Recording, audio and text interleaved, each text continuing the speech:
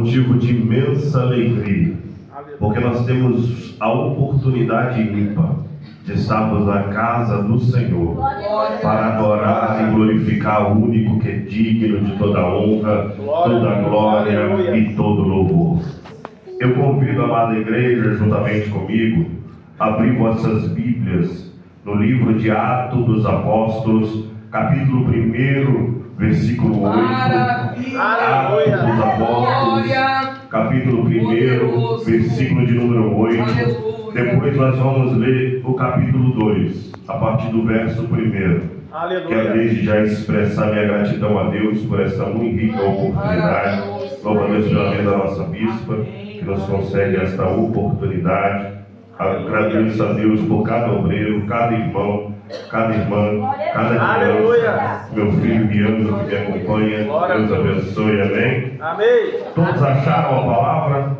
Aleluia. Quem não achou, está aqui no Data Show, amém? Amém. Glória a Deus. Mas recebereis a virtude do Espírito Santo, que há de vir sobre vós, e ser-me-eis testemunhas, tanto em Jerusalém, como em toda a Judéia e Samaria, e até os confins da terra. Capítulo 2.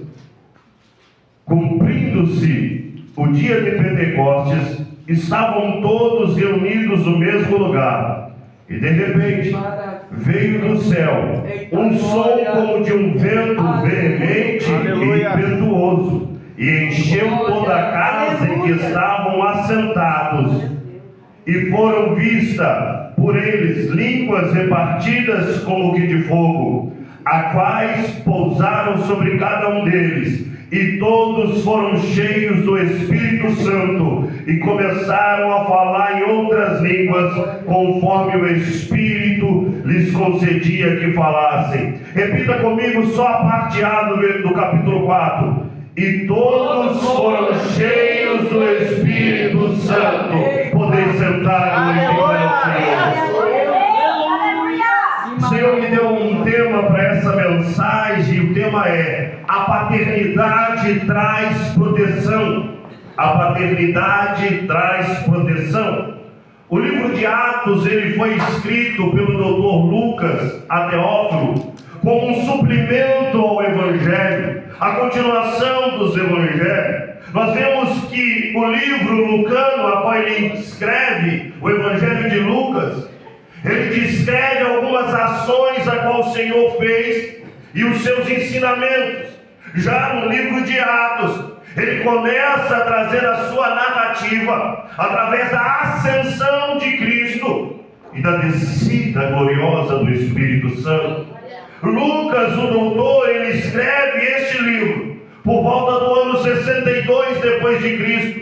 O intuito de Lucas ao escrever este livro era trazer a magnitude do poder do Espírito Santo de Deus, porque enquanto a igreja esperou, do versículo 8 do capítulo 1 ao qual nós lemos, até o capítulo 2, por volta de 10 dias, que foi o cumprimento da promessa da paternidade, a igreja estava à espera de poder, de unção, de autoridade, estava à espera de alguém que pudesse lhes guiar, porque o teu Senhor, o nosso Senhor, ele havia subido a súbita aos céus, só que o inimigo de nossas almas, ele imaginou que a igreja estava órfã, que a igreja estava sem um pai, porque Jesus, em todo o tempo, ele mostrou cuidado, como um servo,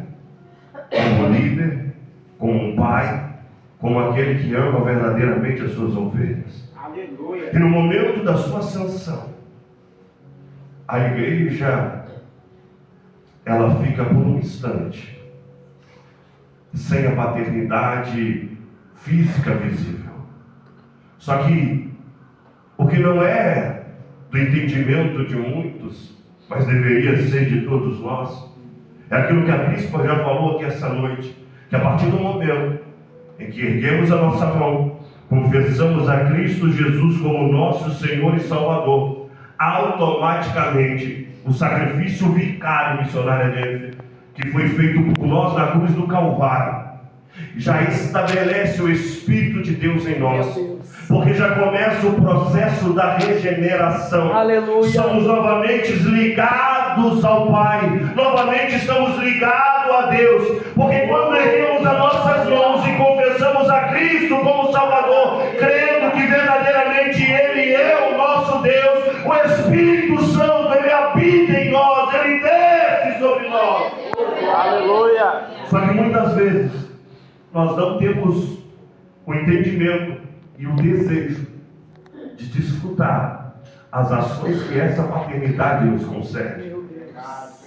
Perceba comigo, todos tinham Espírito, só que enquanto Jesus ainda estava juntamente com eles, eles não tinham a noção do que o Espírito poderia fazer, porque por muitas vezes nós vemos que até faziam milagres, e muitas vezes, na grande maioria, o medo tomava conta. Meu Deus. E nesse momento de medo, eles ouviam Jesus falar: homens de pouca fé. Porque quando nós temos o entendimento que verdadeiramente o Espírito Santo de Deus habita em nós, nós estamos sob o cuidado do Pai. Porque o Espírito Santo, muitas vezes, nós minimizamos Ele. Nós esquecemos que Ele é Deus e que Ele está na mesma autoridade do Pai e do Filho, porque o Pai é Deus, Jesus é Deus, o Espírito é Deus e há um só Deus. Nós esquecemos que verdadeiramente Ele é Deus e Ele é poderoso. E por esquecermos disso, nós não damos a Ele a credibilidade que lhe deve ser dada. E perceba comigo que a Bíblia vai dizer que no princípio, quando Deus estava criando os céus e a terra era vazia e sem forma, o Espírito pairava sobre as águas. Pairava no hebraico é o mesmo entendimento que eles têm lá em Deuteronômio 32:11, da águia pairando sobre o ninho para cuidar dos seus filhos. Pairar é cuidar, pairar é verdadeiramente estar cuidando para que aquilo que ele está cuidando venha ganhar vida. E perceba que enquanto Jesus ele deu a ordem, ficar em Jerusalém, até que do alto sejais revestidos de poder, eles já tinham o Espírito, só que naquele momento o Espírito estava pairando para que verdadeiramente a vida viesse a florescer, para que verdadeiramente fossem cheios do poder, cheios da unção e da virtude do Espírito Santo de Deus. Aleluia. Aleluia, Jesus. E em cima disso, eu quero trazer uma vida que é selada e íntegra por essa paternidade. O primeiro é que o Pai ele deseja habitar em nós. Perceba que o Espírito Santo ele sempre esteve presente em meio à humanidade. Ele sempre esteve presente na terra. Ele foi a sabedoria de Sansão. O Espírito Santo ele esteve sobre Saul. Mas quando Saul desobedece, ele se retira. O Espírito Santo, ele sempre esteve em meio aos profetas. Ele era a palavra de autoridade e poder que enfrentou e destronou impérios que não quiseram se curvar à santidade e à presença de Deus. O Espírito, ele sempre agiu em meio aos homens. Só que o Espírito não habitava nos homens. Ele vinha em cima de uma pessoa seletiva, ele agia com autoridade, com poder, ele trazia aquilo que Deus já tinha determinado a ser feito, e quando cumpria o seu propósito, ele se retirava. O interessante é que os profetas entenderam que havia algo faltando, que havia algo que estava ininterrupto, que tinha sido interrompido. Era a ausência de uma vida em santidade, era uma ausência de uma vida em temor, era a ausência de uma vida em obediência, É por isso que o profeta Ezequiel, no capítulo 36, no versículo 26, ele veio dizendo: e arrancarei de vós, da vossa carne, o coração de pedra, e colocarei o coração de carne, mas porei sobre vós o meu espírito. Perceba que agora eles têm o entendimento. O que está interrompendo a santidade é o próprio homem. Porque o próprio homem, por sua natureza, ele é mau. Por sua natureza, ele não tem apreço pelo céu. Por sua natureza, ele não tem desejo de ter uma vida santa. Mas por sua natureza, os seus olhos se encantam com aquilo que é da terra, com aquilo que é carnal. Os seus olhos se encantam com aquilo que verdadeiramente oprime o brilho de Deus sobre a tua vida. Nós estamos vivendo em um período não tão distante do período dos grandes homens e mulheres do período do Velho Testamento.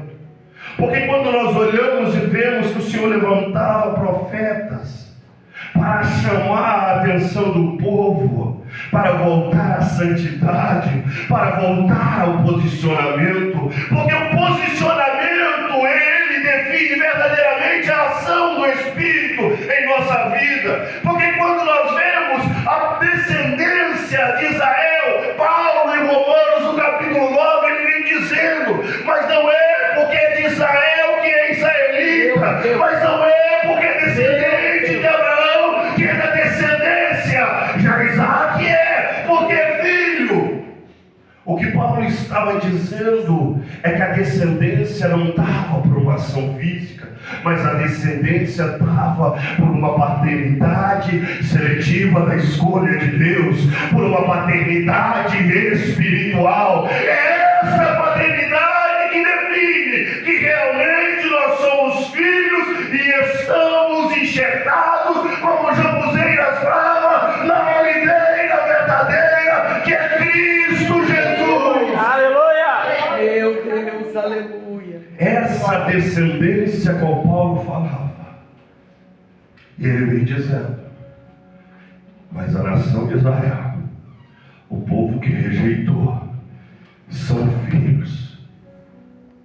E nós nos tornamos coerdeiro, porque fomos enxertados na oliveira. Somos a jambuzeira brava, a oliveira brava. Mas bem verdade é que quando a palavra foi pregada, Romanos capítulo 10, versículo 17, a fé vem pelo ouvir e o ouvir a palavra de Deus. Porque a mensagem do verdadeiro evangelho confrontou a nossa alma, mas só tem um jeito dela ser confrontada, só tem um modo, porque a fé é pelo ouvir. E a Bíblia fala que por nós mesmos somos incapazes de seguir a vontade de Deus. Só que o Espírito convence. É o Espírito que paira sobre.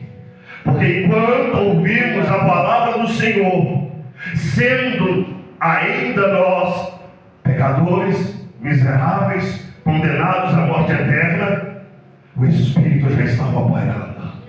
E ele estava cuidando e produzindo a vida que viria. É por isso que hoje estamos aqui essa noite, porque o Espírito produziu a vida enquanto a palavra penetrava em nossa alma, enquanto a palavra ia na divisão da alma. Aleluia! É o Espírito produzindo a vida, porque o convencimento do Espírito, entenda bem, que convencer é trazer a luz, é revelar. Convencimento é trazer a luz, revelar. É por isso que a Bíblia vai dizer que Ele nos convence do pecado. Porque quando estávamos no mundo, aquilo que hoje entendemos que é pecado é normal. Aquilo que hoje nós sabemos que nos afasta de Deus, nós ousávamos a dizer: tenho Deus no meu coração, eu não preciso buscá-lo, eu não preciso seguir a tua palavra, eu não preciso viver como os loucos daqueles crentes. Mas hoje vivemos porque foi revelado aquilo que antes nós vivíamos no engano. É por isso que o Espírito convence. Convence, ele revela, ele mostra a mentira, ele mostra o engano.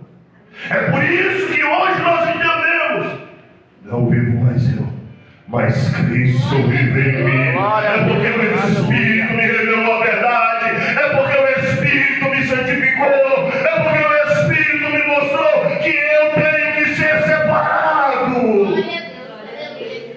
E perceba comigo que há duas ações que ocorrem quando nós não temos. A primeira, o homem tinha uma necessidade de seguir firme em seu casamento, preservar a sua aliança. Mas esse casamento que ele tinha necessidade de preservar não era um matrimônio físico entre o homem e a mulher, mas era espiritual, era entre o homem e Deus. E Jeremias, no capítulo 31, no versículo 31, ele revela que essa aliança foi quebrada. Por quê? Porque o homem não tinha a paternidade do Espírito sobre si. Porque o homem era incapaz, obreira, de seguir a palavra. É por isso que o salmista declara: guardei a tua palavra no meu coração, para não pecar contra ti. Ele estava já vendo e observando a necessidade, porque Davi, ele foi ungido. Davi, o Espírito que sai de Saul, que se retira de Saul, ele entra em Davi, ele vive em Davi, ele habita em Davi. É por isso que no Salmo 91 ele vem dizendo: aquele que habita no esconderijo do Altíssimo, a sombra do Onipotente descansará. O esconderijo do Altíssimo sou eu, é você que aqui está, é a habitação, é a casa do Espírito. Nós somos o esconderijo do Altíssimo, ele habita em nós, e a sombra é dele. Na sombra dele eu tenho proteção, na sombra dele eu tenho vida, na sombra dele eu tenho paz, na sombra dele eu sou mais do que vencedor. O segundo ponto que eles sabiam era que verdadeiramente, por sermos humanos, somos limitados. Vivíamos uma vida errônea e seríamos incapazes de alcançar uma vida qual Deus esperava. E Deus então mostra a Ezequiel: porém o meu Espírito. E quando esse Espírito ele chega, ele convence. Perceba, igreja, aqui há um divisor de águas.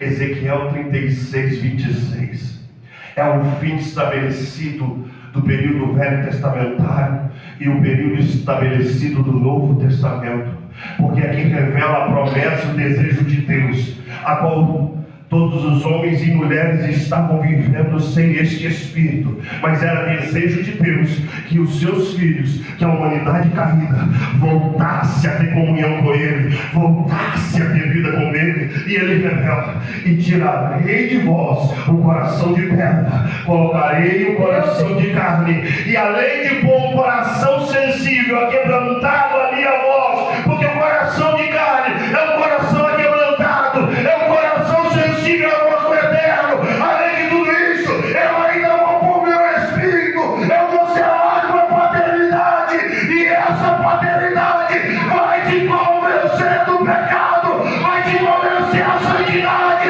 vai te convencer a ter vida com Deus. Segundo ponto, o Pai habita em você. Paulo afirma em Filipenses, no capítulo 1, no versículo 13, que a partir do momento em que nós confessamos a Cristo Jesus e o aceitamos, automaticamente o Espírito ele repousa em nós e sobre nós. Paulo ele traz essa certeza para que nós não tenhamos a sombra de dúvida que a obra que Cristo Jesus ele sofreu e padeceu por nós na cruz do Calvário foi perfeita. Não precisou uma ilusão de um ser humano de dizer que ele desceu em 1844, entrou no Santo do Santo e completou a obra que foi incompleta. A obra foi completa, a obra foi perfeita, e Jesus Cristo na cruz do Calvário, é por isso que ele exclama dizendo: Telestai, está pago, está consumado. Verdadeiramente aquele que crê em mim e aceitar está salvo.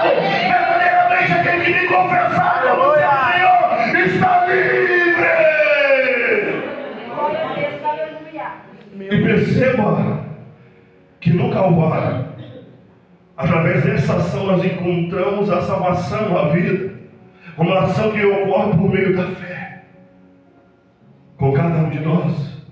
Porque eu sempre digo, igreja, a graça, ela é irresistível, ela não é irresistível. Tem um louvor que diz que ela é irresistível, mas ela só se torna irresistível quando os meus olhos espirituais se abrem, os meus ouvidos são destampados pelo Espírito Santo de Deus.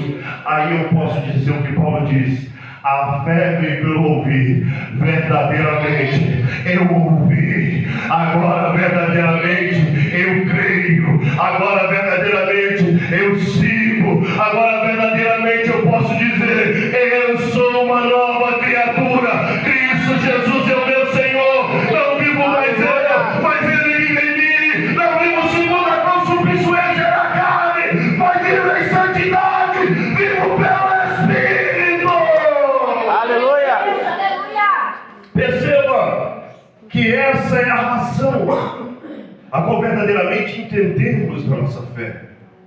Porque quando confessamos a Cristo, o Espírito descer, o processo da regeneração, tem algo que ocorre, missionário, chamado graça, favor imerecido. Aleluia. A graça, Glória. ela desce Aleluia. da destra do trono do Pai, aonde Cristo Jesus está sentado no trono da graça.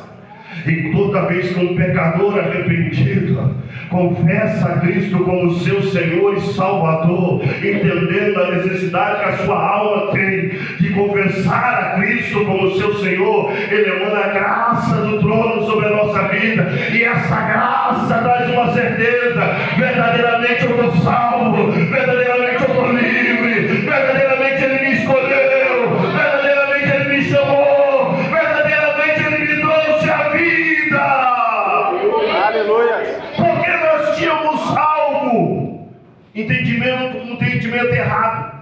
Assim como o homem mais sábio da história, o sábio Salomão, que no período que ele descreve os livros de Provérbios, ele vem descrevendo acerca da graça. Porque a graça que ele tinha ideia é uma graça que todo ser humano possui. A graça que é um ciclo vicioso terrestre.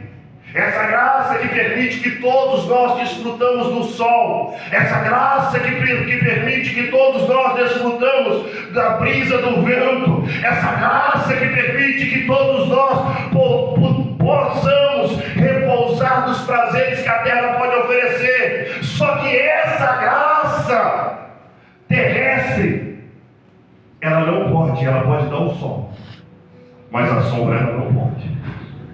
A sombra é só para quem está na graça salvadora. Aleluia. A graça que é Efésios 2. É só quem está na graça salvadora repousa nessa sombra, que ele habita no esconderijo do Altíssimo, e a sombra do Onipotente descansar em mim. Porque só tem essa graça quem verdadeiramente confessou a Cristo como teu Salvador, quem tem o Espírito Santo autenticando a paternidade. Eu sou teu Pai, eu sou teu Pai, eu sou teu Pai. Aleluia. É por isso que Salomão não entende essa graça. E no ápice, quando ele escreve o livro da sabedoria, o livro de Salomão, de Provérbios, ele vem dizendo: nascemos, crescemos, trabalhamos, casamos, temos filhos, morremos. O ciclo vicioso da vida que todo homem vive, ele traz a ação de uma graça que é física, a ação de uma graça que é terrena, que todo homem, que toda mulher desfruta. Porque ele diz dessa graça, porque a graça da salvação, Salomão, mesmo tendo toda a sabedoria, ele se corrompe, ele se vende, ele se perde pelos prazeres que a vida poderia lhe oferecer, pelo prazer da carnalidade. Salomão cai em 2 adultérios, o adultério físico, porque Salomão tinha 300 mulheres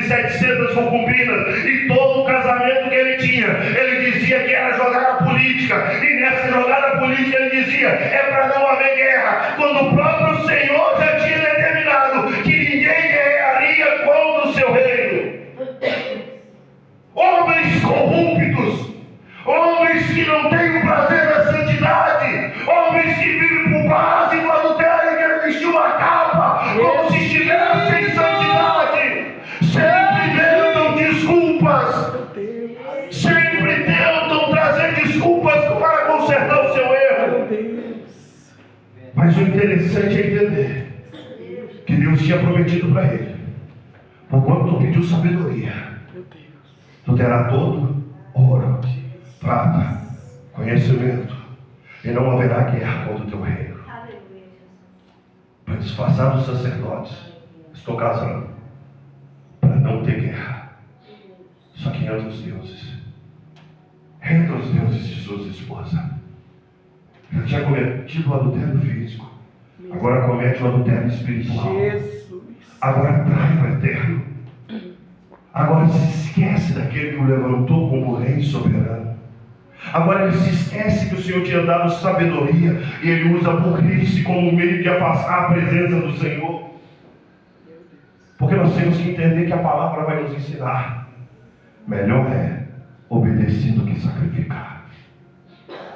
E é muito interessante e forte isso, porque quando essa palavra vem, ela vem para um rei também. Saul desobedece, e quando Saul desobedece, ele quer tentar usar o seu erro, missionário Carol, trazendo uma desculpa.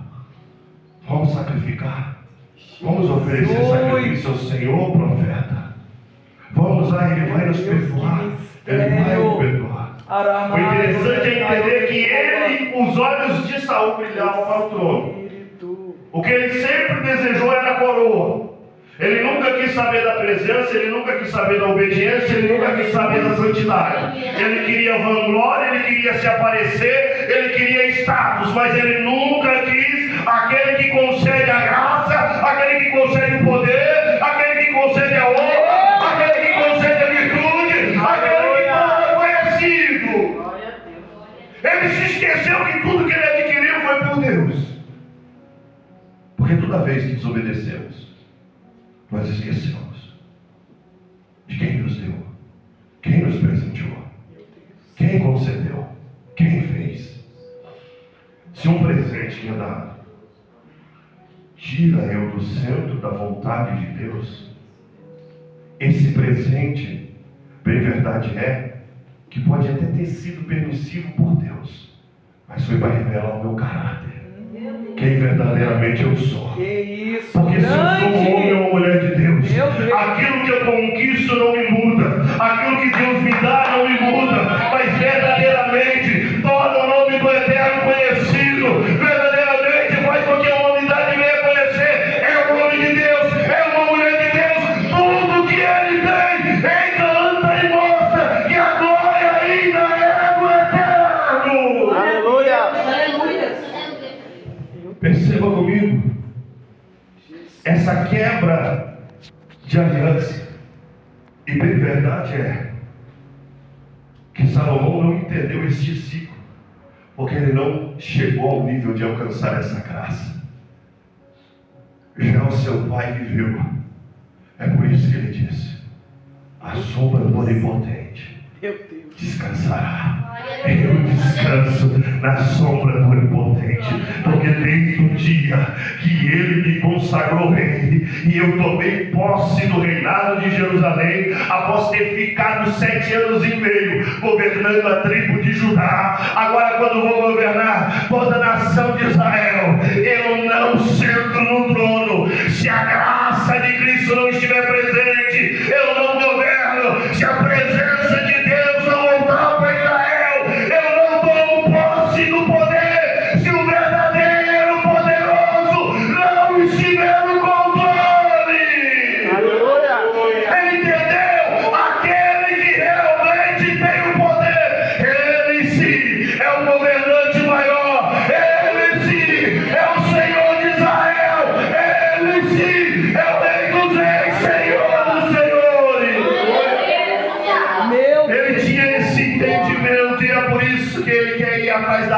fraca, eu necessito da presença. Foi a presença que me trouxe até aqui, foi o Senhor que me trouxe até aqui. Quem sou eu sem a presença? E nós temos que ter essa certeza.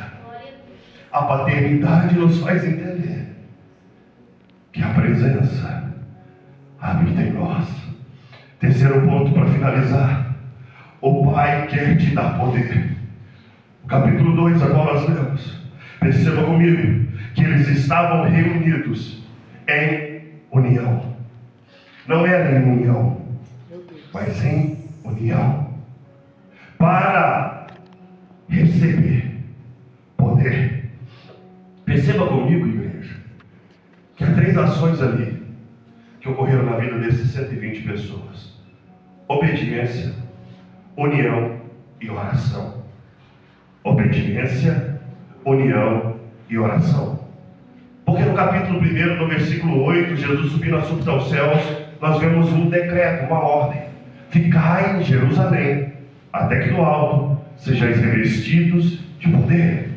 Eles já tinham o Espírito Santo na sua vida, eles já tinham a salvação, só que faltava o poder que essa paternidade poderia oferecer. Faltava o poder que o Pai concede ao Filho. Faltava agora o entendimento do que é esse poder, do que é essa virtude, do que é essa unção que enlouquece os calvinistas, que enlouquece aos geleira fria.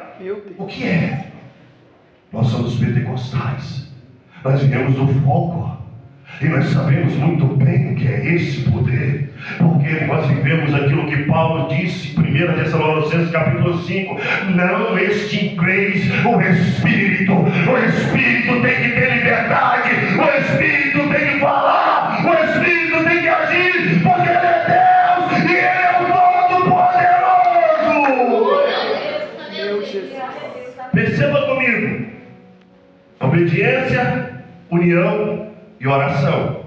120 pessoas reunidas no cenáculo.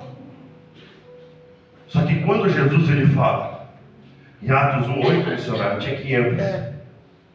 Verdade. O interessante é que se cumpre essa profecia no Shavuot, no Pentecoste, no Shavuot. Só tinha passado 10 dias. 380 pessoas desistem. Deus. Muitas vezes nós queremos cobrar a Deus. Senhor, o Senhor fez uma promessa. O Senhor usou o pastor, usou a bispa, usou a missionária, usou a obreira. Mas o porquê não aconteceu? O seu posicionamento é determinante para você receber aquilo que Deus te prometeu. Qual tem sido o seu posicionamento? A pergunta que permeia essa noite é: qual tem sido o seu posicionamento em Deus para querer cobrar aquilo que você não recebeu? Qual tem sido? Porque nós somos bons para cobrar. Nós dizemos: Deus falou através da bispa, mas não aconteceu. Será que era verdade? Deus nos falou através da missionária Jennifer, mas não aconteceu. Será que ela falou da carne? Amigo, A primeira coisa que temos que entender é que a blasfêmia contra o Espírito Santo é algo imperdoável, é condenativo. E o que é a blasfêmia contra o Espírito Santo? O texto é claro. Quem estava argumentando com Jesus? Fariseu, doutores da lei, homens conhecedores da palavra. Então eles sabiam que o que Jesus estava falando era verdade. Se eu sei que é verdade e eu ouso dizer que é mentira, eu transformo a luz em trevas, em escuridão. E isso é a blasfêmia contra o Espírito Santo. Isso é a blasfêmia. Porque eu sei que é verdade e eu digo que é mentira. Não é a dúvida como nós aprendemos desde pequeno, mas é a certeza. Eu sabendo que é e dizendo que não é. Eita Deus. Dizendo que não é de Deus, dizendo que não é verdade. E veja que eles estavam reunidos no cenáculo. Cenáculo, sala de jantar, no andar superior. O interessante é que eles estavam reunidos, orando, em união, em obediência, buscando a face do Pai. João descreve: no princípio era o Verbo era Deus, o Verbo se fez carne e habitou entre nós.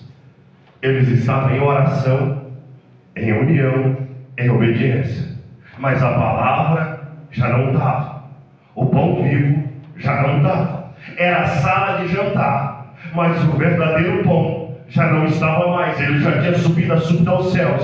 Só que quando somos selados por uma paternidade, o Espírito pairava sobre eles, parava porque estava trazendo vida aquilo que ainda não tinha vindo a existir. Ele estava cuidando para que verdadeiramente a vida fosse gerada. E enquanto o Espírito pairava na sala de jantar, surge o alimento, e de repente veio um som como um vento impetuoso, e foram vistas línguas repartidas como que de fogo, e todos foram cheios do Espírito Santo de Deus. Perceba que o alimento ele vem, o pão ele aparece, bispo, na sala de jantar, porque quando eles começam a falar em línguas estranhas, quem está fora tem curiosidade de saber o que é.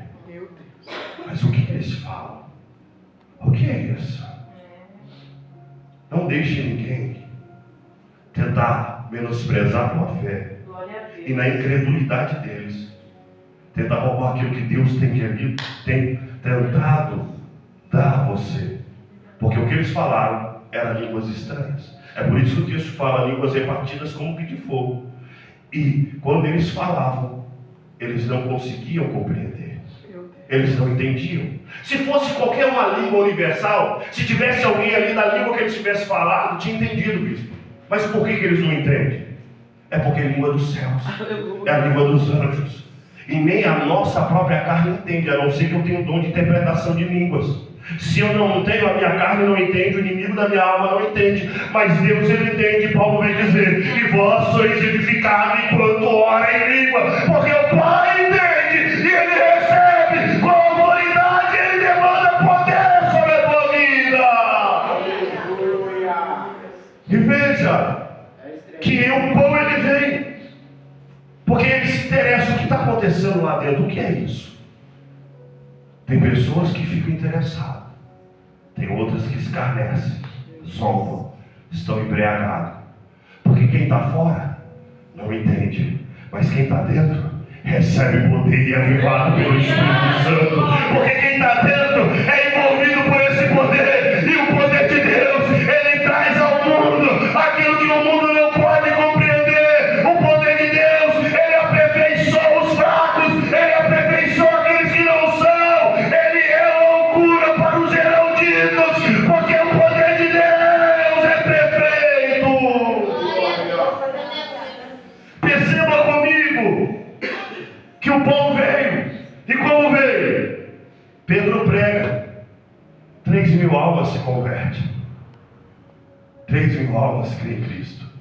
Não foi uma pregação com uma hermenêutica perfeita, com uma hermenêutica, história, linguística perfeita. Não foi uma pregação com uma exegese profunda, mas foi uma pregação com convencimento e poder. Por quê? Porque agora Pedro estava cheio do Espírito, e enquanto ele estava cheio do Espírito, pregando a palavra, o Espírito estava repousando sobre aquelas 3.000 almas. E já foi dito aqui, quando a palavra repousar quer dizer cuidar para gerar vida.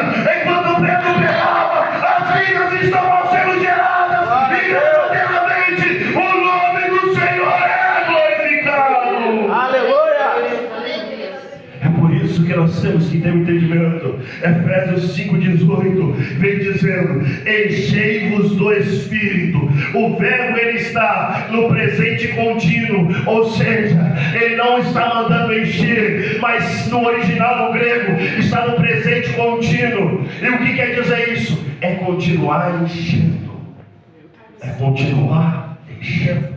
É por isso que no capítulo 4 de Atos, no versículo 31, as mesmas pessoas que estavam lá no cenáculo novamente são cheias do Espírito Santo de Deus. Deus trouxe essa palavra aqui essa noite para te dizer: é hora do renovo, é hora de você voltar a falar em língua.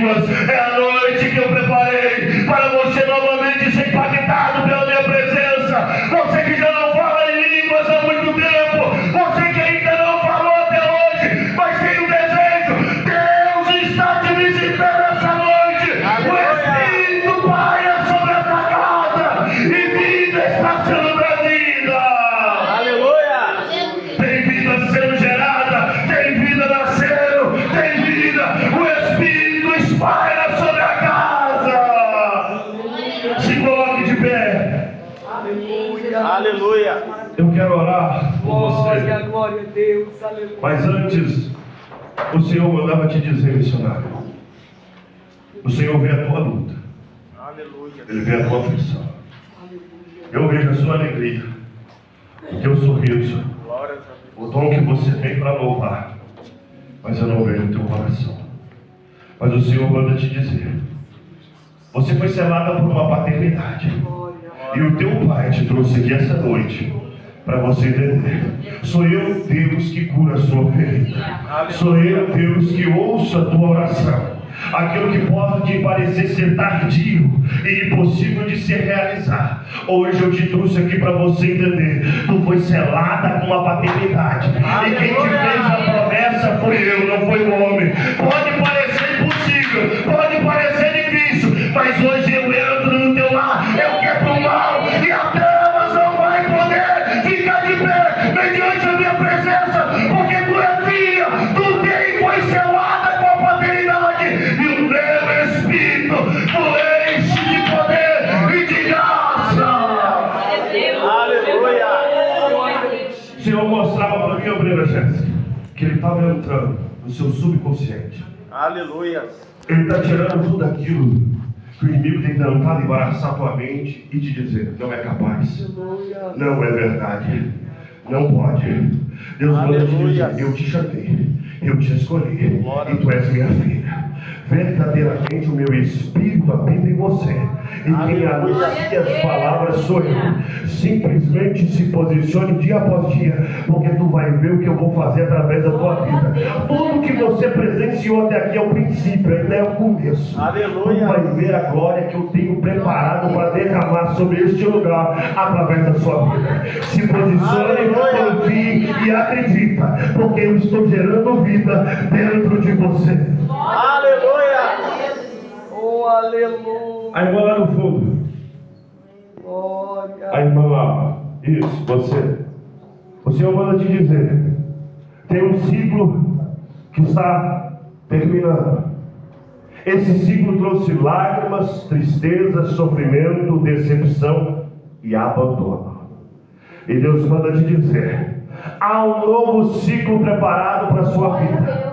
Esse ciclo, ele é determinante, porque ele estabelece a minha paternidade. Tu foi selada, tu ouviu a palavra. Hoje, pela tua força, você nem estaria aqui. Mas eu, Senhor, eu te trouxe aqui para você saber. Tu é minha filha e a hora de cantar o hino da vitória está chegando. Calma, calma, porque eu conheço as suas dores e as suas aflições. Eu entro na tua guerra e sou eu que determino a sua vitória. Não te preocupes com o gigante. Ele é pequeno no tamanho do teu Deus, diante do tamanho do teu Deus. A paternidade que você tem é aquilo que determina a sua vitória. Amém? Glória a Deus, aleluia. Feche seus olhos. Vamos orar. Amantíssimo Deus, eterno Pai, Senhor, a tua palavra foi apregoada. Pai, que nessa noite o Senhor possa derramar do teu poder, que o teu Espírito Santo ele venha pairando sobre a tua igreja, trazendo vida. Pai, entra agora com poder, com virtude e unção. Traga vida para o meu irmão, vida para a minha irmã, aquele que já não fala mais em línguas há muito tempo, venha destravando nessa noite. Destrava, Senhor Jesus. Venha, Senhor, trazendo o teu poder. É o dínamo, é a explosão, é o Espírito Santo. Pai, que verdadeiramente nós possamos ser cheios da tua graça, cheios da tua glória, revestidos pelo teu poder. Senhor Jesus, manifesta o teu poder, manifesta. É a quinta profética, e eu venho como profeta do Senhor, profetizando: haverá vida, haverá restauração, haverá mudança de vida, verdadeiramente haverá alegria pelo poder do teu Espírito Santo. Pai, que verdadeiramente nós possamos sair daqui nessa noite com uma certeza inabalável: somos filhos, há uma paternidade. Essa paternidade autêntica e selada é o Espírito Santo que habita em nós, é o Espírito Santo que nos enche de poder, é o Espírito que nos dá ousadia e entendimento. Pai, leva-nos em paz, leva-nos uma certeza, Pai. Verdadeiramente, nós fomos demarcados essa noite pela Tua glória, demarcados essa noite pelo Teu poder, e nós te agradecemos em nome de Jesus. Pastor, Amém, Jesus. o Senhor me mostrava um grande fardo nas tuas costas, um grande peso. Esse peso tem tentado tirar a tua alegria. Esse peso, ele vem fazendo com que a senhora não entenda o processo. É o fardo, é o peso. Deus manda te dizer: você foi selada, tu tem uma paternidade. Aleluia. Só que o Senhor, ele manda te dizer: eu quero tirar esse peso, eu quero tirar esse peso. Então pare de lutar, pare de tentar travar a guerra por si mesma. Deixa que eu, Senhor teu Deus, guerreie em seu favor. Porque enquanto você lutar pela sua própria carne, o inimigo continua vencendo, o inimigo continua saindo vitorioso. Porque é o que tu fala: eu não entendo, eu sirvo a Deus, eu sou fiel, mas o porquê disso?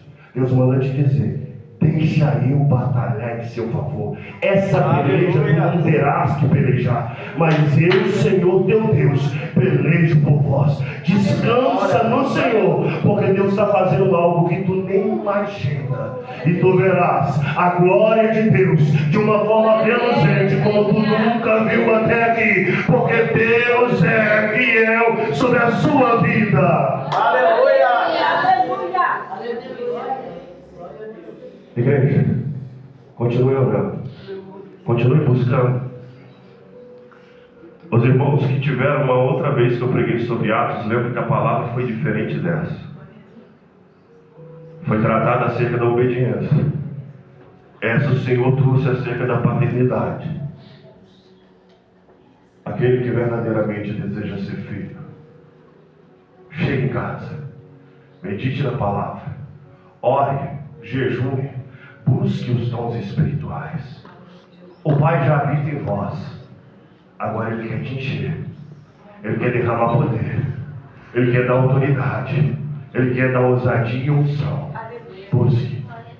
Porventura, tem alguém aqui em nosso meio que ainda não aceitou Jesus, ou que por algum motivo se afastou? Tem alguém que ouviu essa palavra, deseja aceitar Jesus como teu Salvador, ou deseja reconciliar com Deus? Se tiver aqui a tua mão, vem até aqui à frente, nós vamos orar por você. Tenha certeza, é a paternidade que faz a diferença. É o Pai que te dá a vitória. É o Pai que verdadeiramente separa os filhos para vencer. Se tiver alguém, erga a tua mão, dá um sinal com a mão, vem até aqui à frente, nós vamos orar por você. Não deixe para amanhã o que você pode fazer hoje, mas tenha certeza, saia daqui hoje com a certeza: eu saio selado pela paternidade, eu saio daqui convicto da minha vitória. Tem alguém? Se não tem ninguém, continue vindo e tenha certeza, Deus, Ele age em seu favor. E eu agradeço a oportunidade. Glória a Em nome de Deus. Jesus. Aleluia.